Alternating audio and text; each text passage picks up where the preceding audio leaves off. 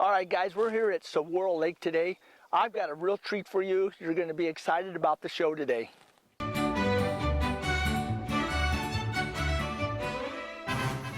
Hey guys, we're out here at Saguaro Lake. You're watching Fishing with Gary Senft today. I got a special guest with me today, Josh Bertrand from Major League Fishing. He's all done up in his jersey and everything, sponsored by a lot of different companies, you know. So, what do you think, Josh, today about the fishing? Well, man, I'm excited to be out here, Gary. You know, I've known Gary since I was a teenager when I first met Gary. He was one of my local fishing heroes, you know, one of the guys that I wanted to be like when I grew up, honestly. And I'm stoked to be out here fishing with you today, man. We're on one of my favorite lakes. We've both been out here catching some big fish recently, and, you know, I'm just stoked to see what we can catch. The average size fish in this lake right now is as good as I've ever seen it. We haven't had crazy numbers, but I think everything we catch today is going to be a good one. Yeah, you know, folks, we're here to teach you. Josh is the same as me about teaching. And what we want to do is show them some tricks about, you know, what we do when we drop shot, or if we're going to do another technique, you know, Texas rig or whatever we do, we want to show you guys what we do. And Josh is sponsored by Berkley, so naturally he's got all Berkley stuff and worms and stuff we're going to be trying. I'm going to try a couple other different worms, but we want to teach you guys how we catch fish out here. And boy, the small ones are pound, 2 pounds, 3 pounds. Yeah. It's going to be fun. 2.5 is a little one right now. Yeah. So anyway, we're going to talk as we fish. So we're just going to take off and just try this toolie line real quick. And Josh has live view on his Lowrance graphs. Garmin graph, but Garmin has it. Live scope. Yeah, live scope. So we're going to show you some of that today. That's going to be exciting because I haven't fished yet. You get addicted to looking at it, man. Yeah, I know. I'm looking at it right now, and you guys got screens back there. So as the sun comes up, it's a little more lighter. We'll get into that and talk about that, how neat that is, and fight off the bugs that are all around us right now. And so let's go fishing, and we'll tell what you're doing. We're going to start off with drop shot, you know.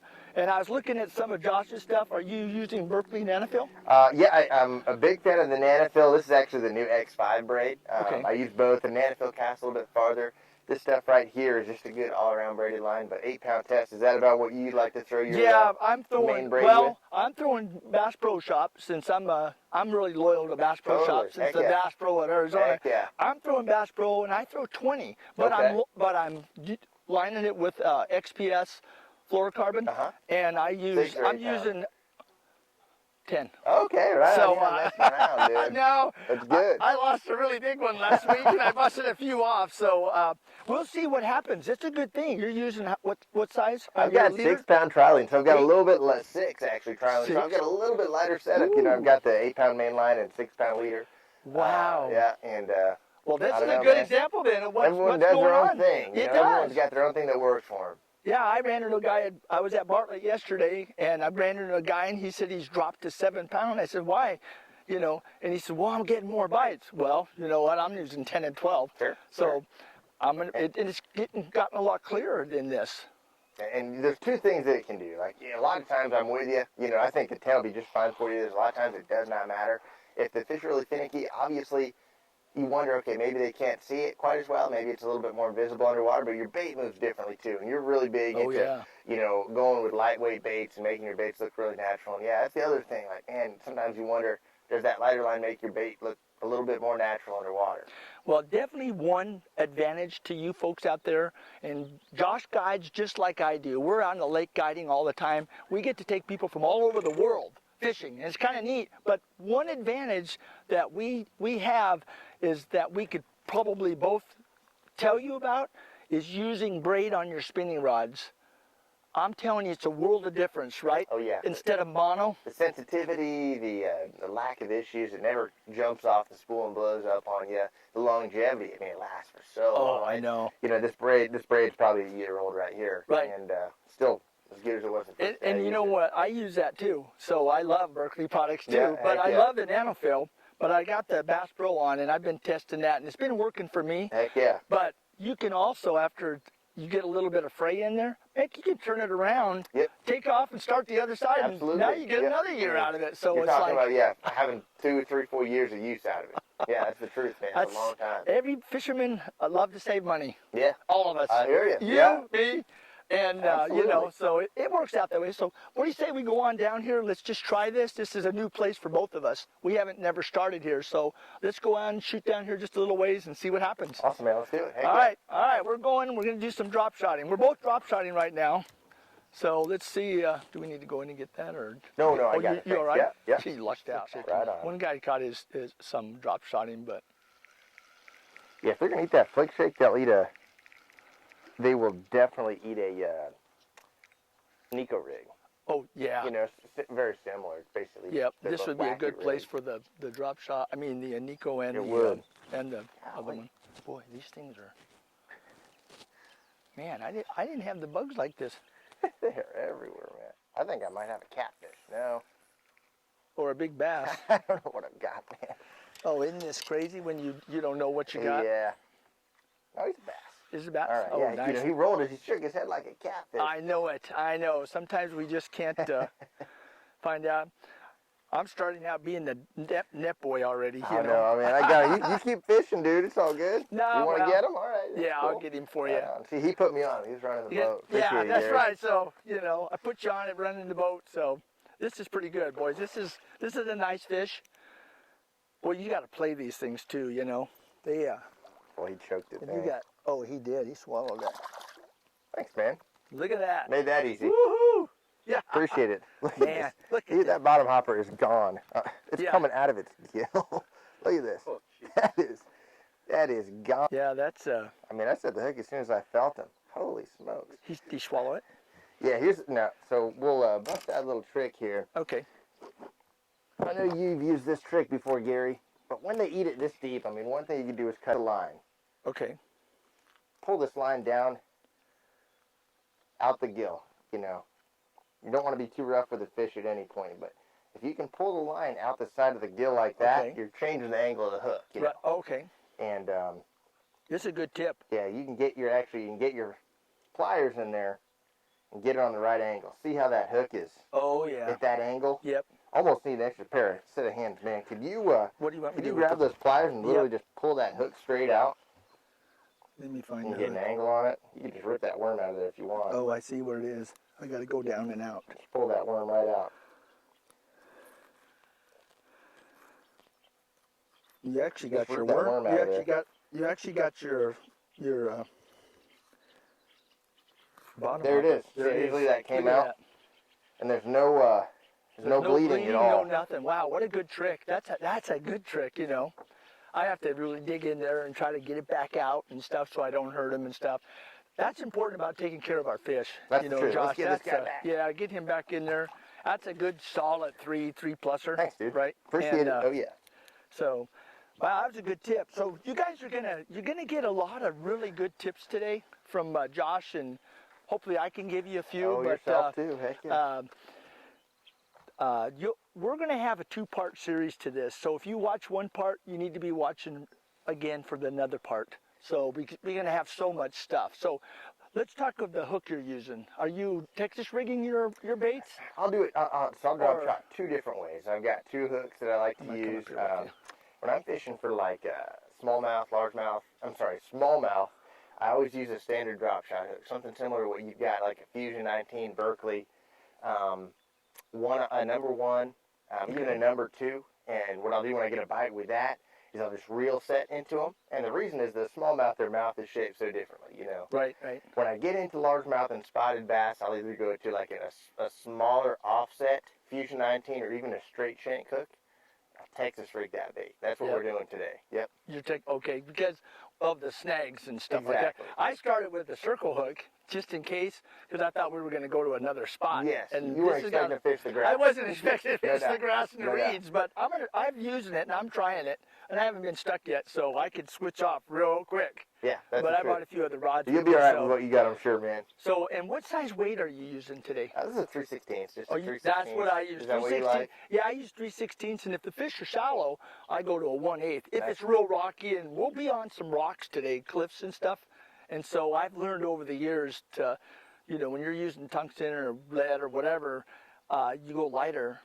It takes you a little bit longer to get down there, but boy, you can, when they bite, people go, how can you feel the bottom or whatever?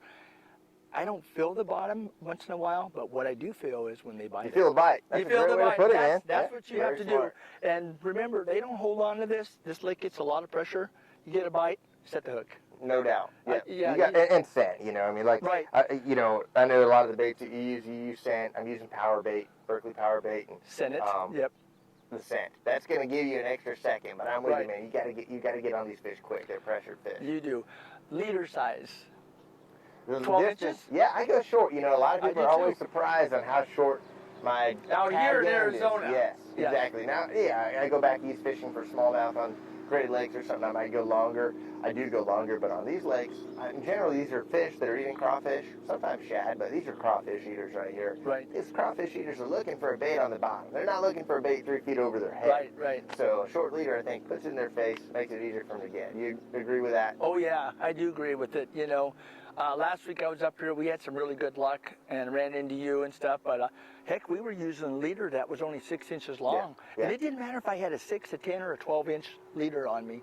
You know, so the fish are just biting. So it's a great place to go for a bigger fish to come out to. And I was up at Canyon 2 weeks ago. We caught some jumbos up there. That's cool. So we'll be making a trip there. But let's fix this up and let's Keep get going, man. Yeah, I'm ready for another one. Put me Good on one, Gary. tips. And that's so. One other thing, while we're doing this and we're fishing, we'll talk to give the people another tip. Where the fish are located in the lake differs all the time. And the Always. bite changes day to day, because I know you're out here every day, and a lot of times I am. So if you come out somewhere, folks, and you caught them here yesterday or whatever, they may not be here the next day. They're following Oh, shad, yeah. or Oh, you know, yeah. they're moving a lot. So some days they're in 8 feet of water, some days 12, some days 25. I've caught them up here 30 feet already, and I was up at Roosevelt over the weekend. I was catching fish at 30, 35 feet. Really? Yes. Yeah, right on. So Wow, it's deep a in the matter of summer. finding them, and that's the fun part about fishing, right? Is going out and figuring out what the bass want, Oh, yeah. what color they want, or how deep they are, or something. That's the exciting part of this deal. Oh so, yeah, it's easy just to go back to the same places every time you go out, you know. But yeah, part of the fun is the puzzle, man, and figuring out something new every time. For right, sure. right.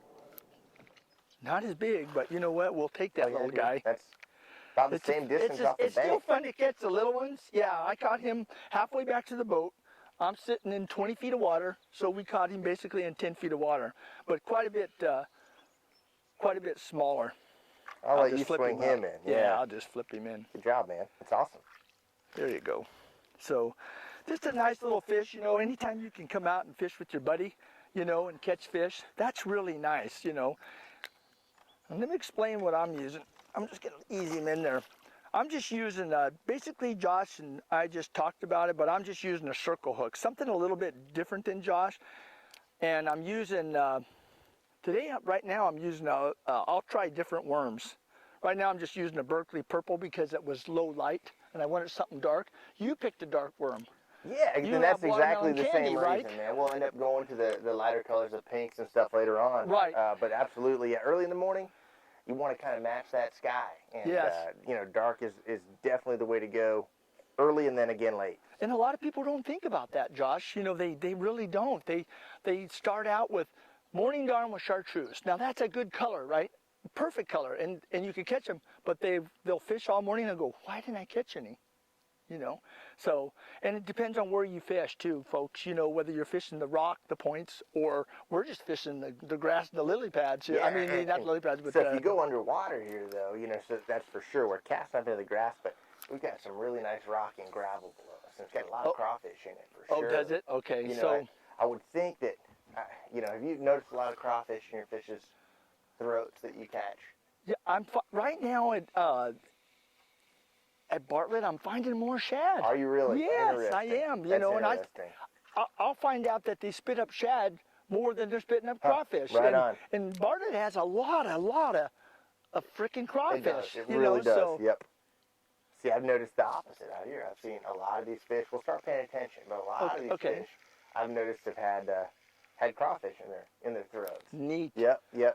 A lot of green, a little bit of orange tip on some of them. That's Sometimes what you you got can a do- wasp coming in Thank on you, you there. dude. Appreciate it. Don't want to get bit by Hey, that. look at this guy. Get out of here, man. Yeah. Golly. Yeah, leave us alone. We're trying to fish today. Yeah. Bad part about being out in nature, you know, you get all the elements of it, Oh, you yeah. know. So, It's good and bad, right? so let's talk about shaking the bait. I get guys from back east or North Carolina, South Carolina, Texas, Canada, shaking it. I've noticed that I throw it out, I let it hit the bottom, sit there. Because I feel that 90% of the time, that's huge. When I cast that out like that, you know, I'm casting out to whatever depth I want that to go to. I'm not casting in 2 feet of water because I don't want to get the bluegill bite like we just discussed. So I'm going to cast that out. I hold my rod tip up like this. I let it hit the bottom. Now, if a bass is anywhere close, remember he can see 5 times greater than we can, right? Yep, for sure. And we got about 4 feet visibility, so that's 20 feet. And I let it hit the bottom. And 90% of the time, if they follow it down, they might take it. But if I just kind of jiggle it just a little bit, I might get that bass excited, and he's going to bite it. For sure. That's the reaction right there. Yeah. Yeah, that makes sense. So Totally does.